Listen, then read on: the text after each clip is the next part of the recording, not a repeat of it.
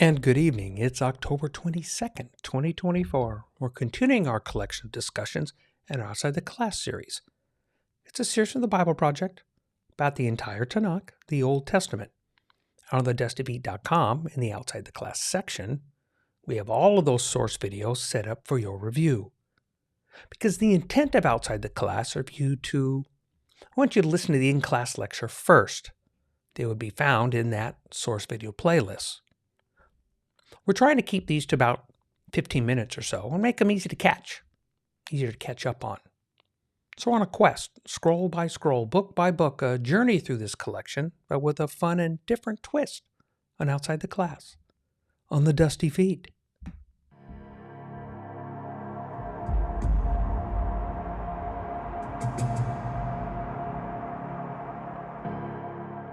And of course, before we forget, if you find these kinds of podcasts useful, then please click that subscribe button.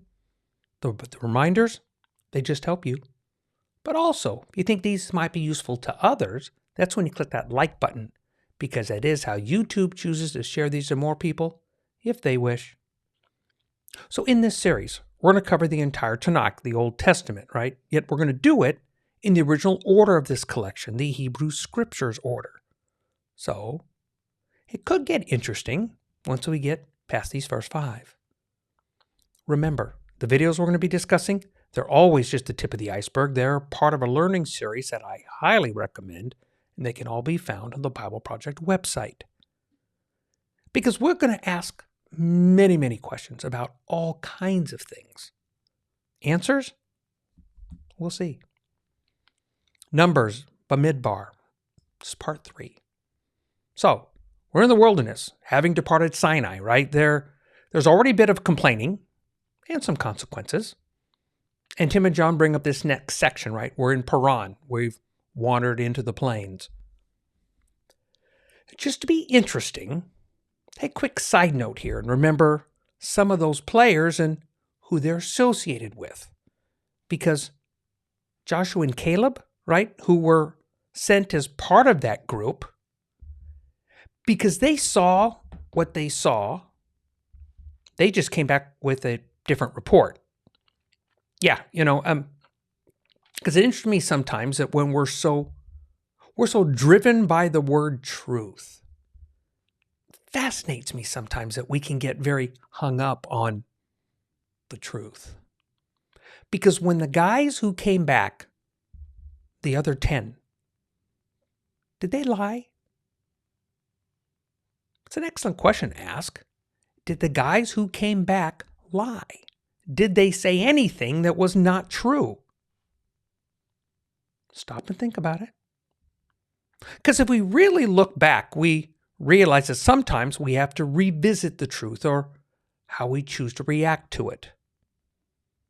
Let's use the word truthful information. Because they told what they saw. They were honest with their feelings about what they saw. They were being very real. They were being very honest with their feelings about what they saw, how they perceived the truth. That's just something to ponder. Okay, let's take a look again at, like I said, at those guys and who they belong to, right? Because it's going to take us way too long a story to get back totally into here. But it's worth looking back if you have time to talk amongst yourselves. Because Joshua and Caleb, they return, give a different take on how they viewed it.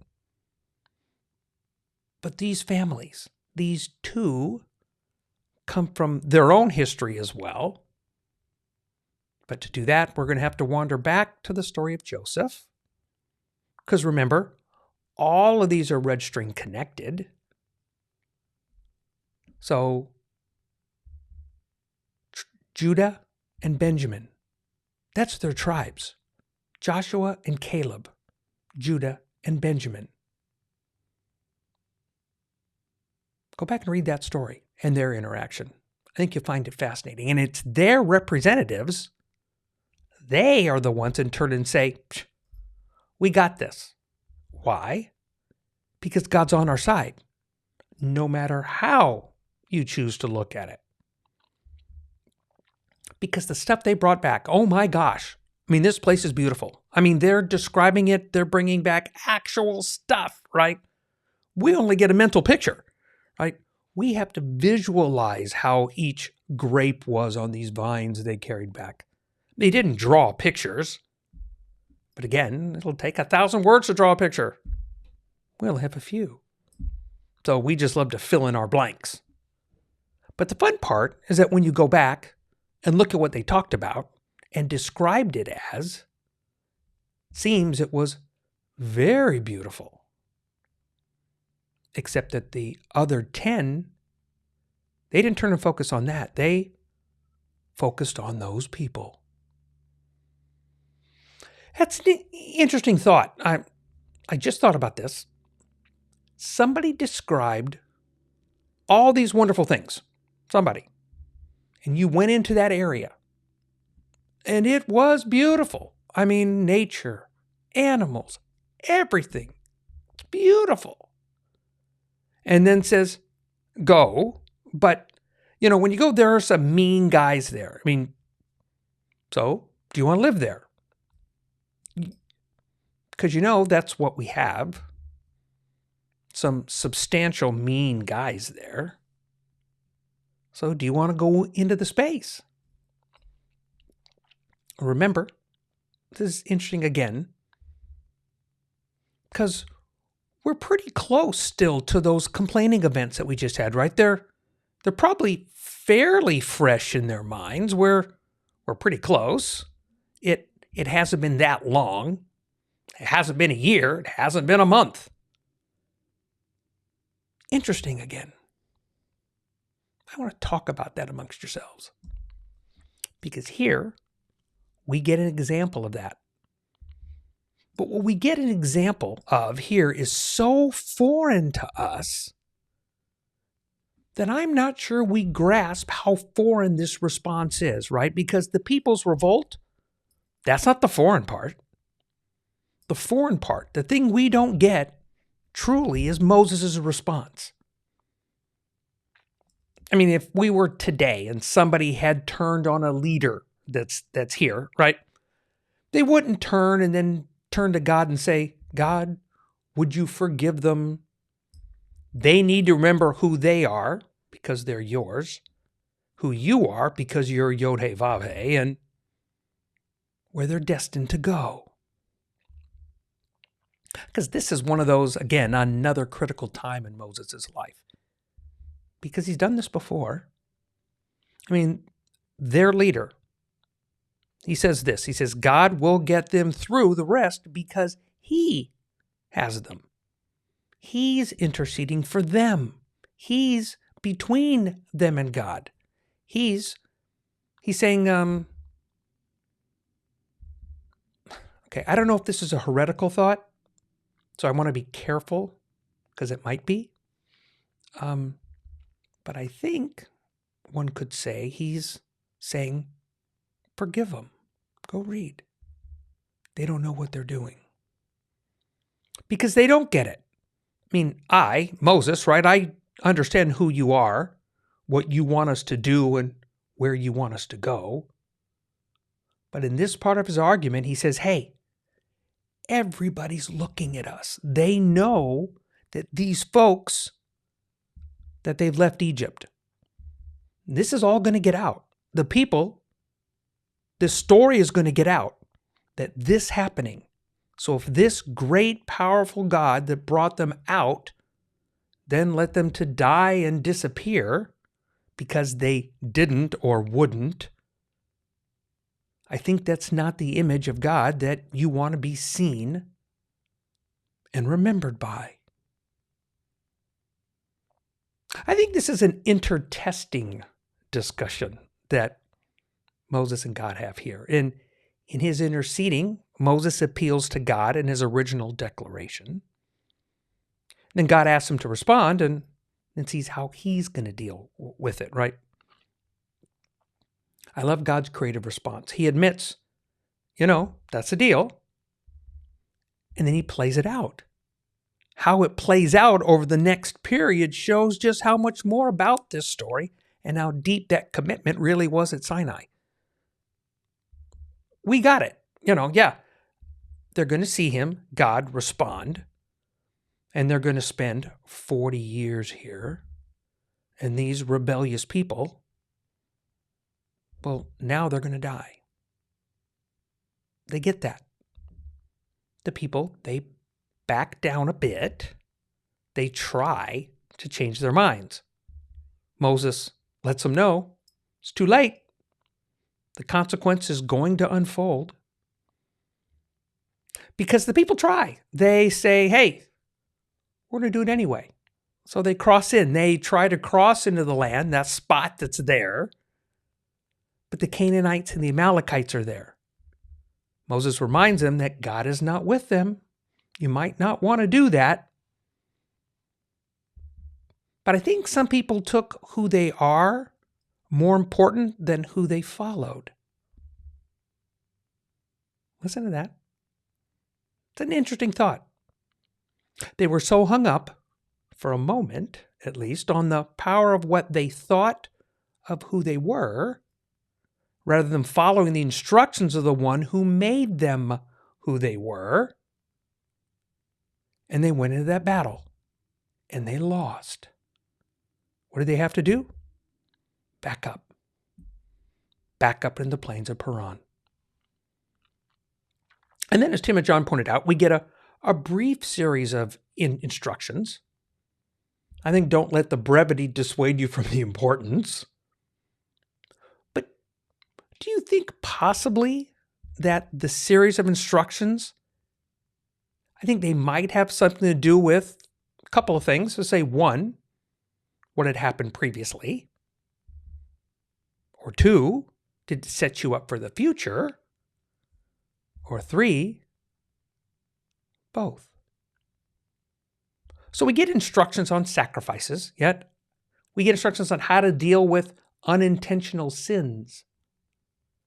Then we get a very harsh consequences for instructions not being followed with a Sabbath breaker. We even get a reminder marker, instructions on remembering who you are, right? That tassel, the tzitzit. Because this might be a good section to ponder, because we get to a very powerful and probably hurtful, but very intentional rebellion of Korah. I mean, this group, they approach Moses. This is your own Levites and all of these leaders. What saddens me is to think that we have not changed in 3,000 plus years for this, because we do the exact same thing today. I've been there. Breaks my heart. Listen to this. This is from Numbers, chapter 16. I love this chapter, 1 through 5. Now Korah, the son of Ishzar, and the son of Kohath, the son of Levi, with Dathan and Abiram, the sons of Elab, on the son of Peleth, the sons of Reuben, they took action, and they rose up before Moses, together with some of the sons of Israel, 250 leaders of the congregation. They're chosen in the assembly. These are men of renown. They assembled together against Moses and Aaron, and they said to them, "You've gone far enough, for all the congregation are holy, every one of them, and the Lord is in their midst. So why do you exalt yourselves above the assembly of the Lord?" And Moses heard this, but he fell on his face, and he spoke to Korah and all his company, saying, "Tomorrow morning, the Lord will show you who he is holy, who will bring him near to himself, even the one whom he will choose. He will bring near to himself." These guys have come to you, as in Moses. They're supposed to be the examples. These are the people Moses wanted to help him lead these children of Israel. But with this, we get to Korah. Korah's on a power kick. He wants to be large and in charge. He says, "Hey, who made you big and large and in charge? I think some of us should be part of that. I think we should get some of that glory." Nah, doesn't sound like us at all. No, we would never do that. We would never choose to usurp leadership. Hey, I think I could be the boss, or I should be in charge, or maybe the undermining opposite. Complaining about the boss, not being in charge, how wrong something is running, how poorly things are going. I mean, we do this in our regular, everyday lives way too often to be comfortable. Yeah, it's uncomfortable when we complain. I don't think we grasp the depth of that discomfort because there's a heart behind it, the motivation, right? It reminds me when I think about this is those colorful neon figures from the Bible projects in their Sermon on the Mount series. And of course, this rebellion, it's dealt with quickly and very harshly. This is one example of how God can deal with rebellion. And we also get another point where Moses, and it seems a bit, might have rubbed off on Aaron a bit, because they intercede again. This is number 16, 20 through 32, right? Then the Lord spoke to Moses and Aaron, saying, "Separate yourselves from among this congregation, that I may consume them instantly." But they fell on their faces, and they said, "O God, God of the spirits of all flesh, when one man sins, will you be angry with the entire congregation?"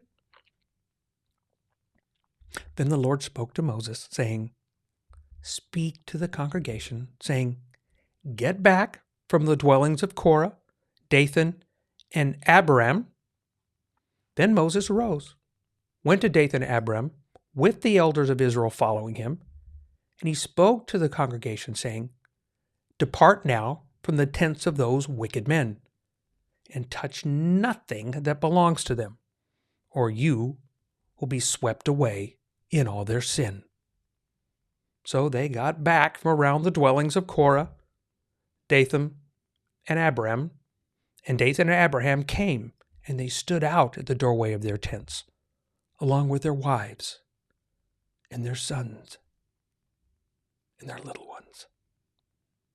And Moses said, "By this you shall know that the Lord has sent me to do all these deeds, for this is not my doing.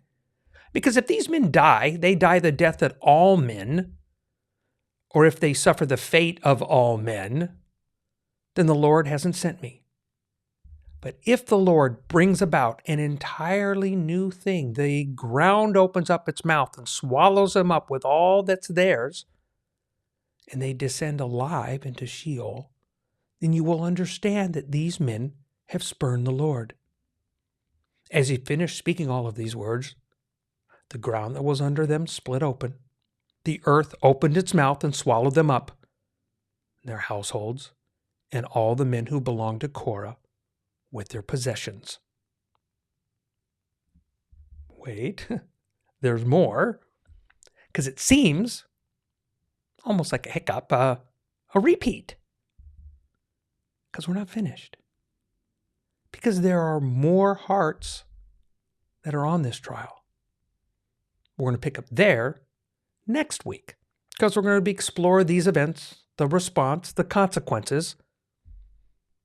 And then we're going to see some unexpected and miraculous life signs. That should be interesting. Next time on The Dusty Feet.